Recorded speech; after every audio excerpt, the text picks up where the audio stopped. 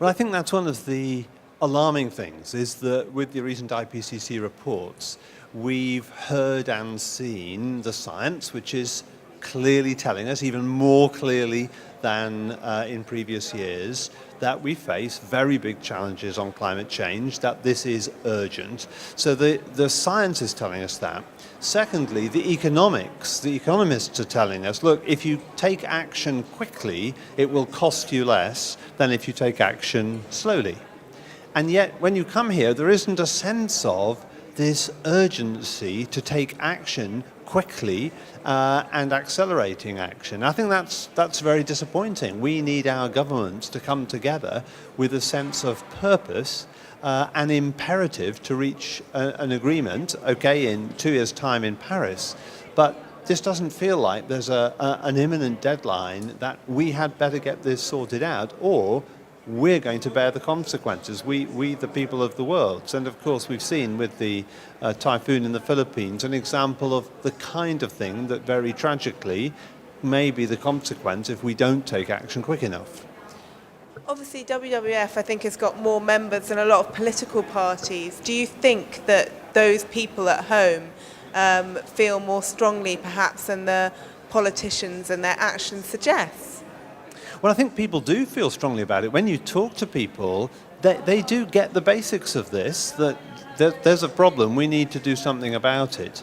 Politicians, of course, get caught up in political negotiations. So here we are at the COP, and we are actually almost literally in a bubble, aren't we? In this stadium with the covered roof. It almost feels like you're in this bubble where there's all these political negotiations going on, and people looking at, well, what might be politically possible here, and what kind of deal might we be able to do there? But here's the issue. We as WWF come to this conference saying, what's scientifically necessary to be done? Whereas a lot of the negotiators are coming thinking, what is politically possible?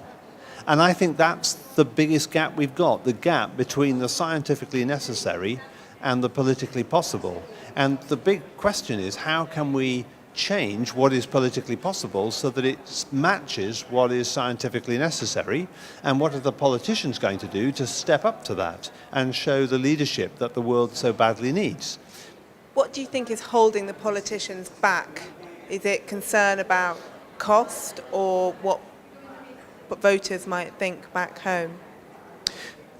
I think it varies. I think different countries, I don't think there's one thing that holds it back. And some countries are very conscious that they need to develop rapidly, and they haven't had a historic major contribution to the CO2 in the atmosphere.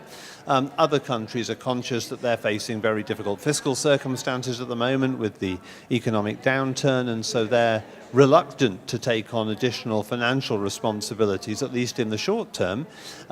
So they're all conscious of these different issues. And then the danger is that there becomes this sort of political game about who can come out winning. And what we have to avoid is that we all come out losing because we haven't agreed something that steps up to the requirements of the science. I think the other thing is that this is a very complex set of negotiations. I mean, there's all the different tracks, all kinds of details have to be agreed, and there are all kinds of political alliances, and people think about what certain other countries will think and their relationships with them in other ways. So those have to be taken into account. But what's crucial is that the politicians and the negotiators are conscious of the real context in which these negotiations happen. These are negotiations about a physical reality. This is not like the world trade negotiations where we as a species can agree whatever trade rules we like. This is an agreement we have to reach where the rules ultimately are set by science, by the physics. And so politicians have to take account of that in approaching these negotiations in a different way than you approach, say, trade talks, where it's up to humans to decide whatever they like about how they trade with each other. So we're going too slow on cutting carbon. The other aspect, of course, is money for developing countries to help them move to low carbon energy and to adapt. The goal is 100 billion per year by 2020. That's going pretty slowly as well. Why do you think that is? Well, that goal was set a little while ago. I think there are still questions actually about whether that's enough, but at least we should be talking about a three-figure sum from 2020, billions of dollars. I think it's quite understandable that at a time of fiscal pressure, that countries naturally become more cautious about making the kind of commitments we need. But at the same time, we need to recognize that that target by 2020 is several years away, and that if we take the right decisions between now and then, countries should be able to put up that money. And then we have to say, well, where's the money going to come from? And of course, some of it will need to come from purely the public purse, from general taxation. But there are other potential sources of money, effectively coming from the private sector. But for that to happen, we have to have government setting up the framework which extracts the money from the private sector. So a good example is aviation and shipping. Currently very low taxes on fuel in those industries because of historic agreements which are quite out of date now.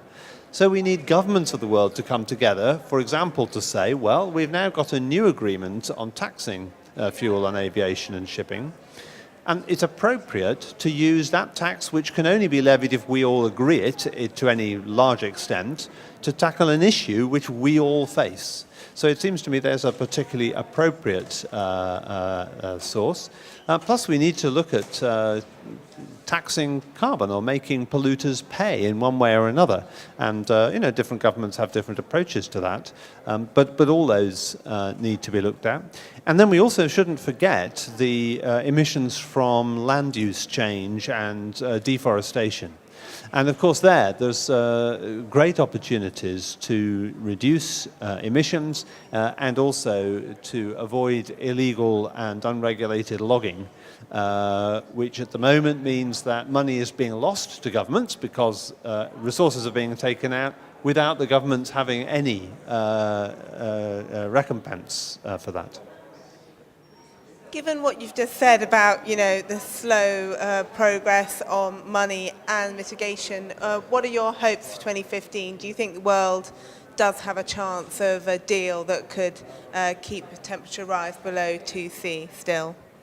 I think there's absolutely the opportunity for the world to do that, and we can think of a few steps along the way. There's this conference where I think it will be important to hear the speeches that we are going to be having over the next few days from the ministers who are now already starting to gather here.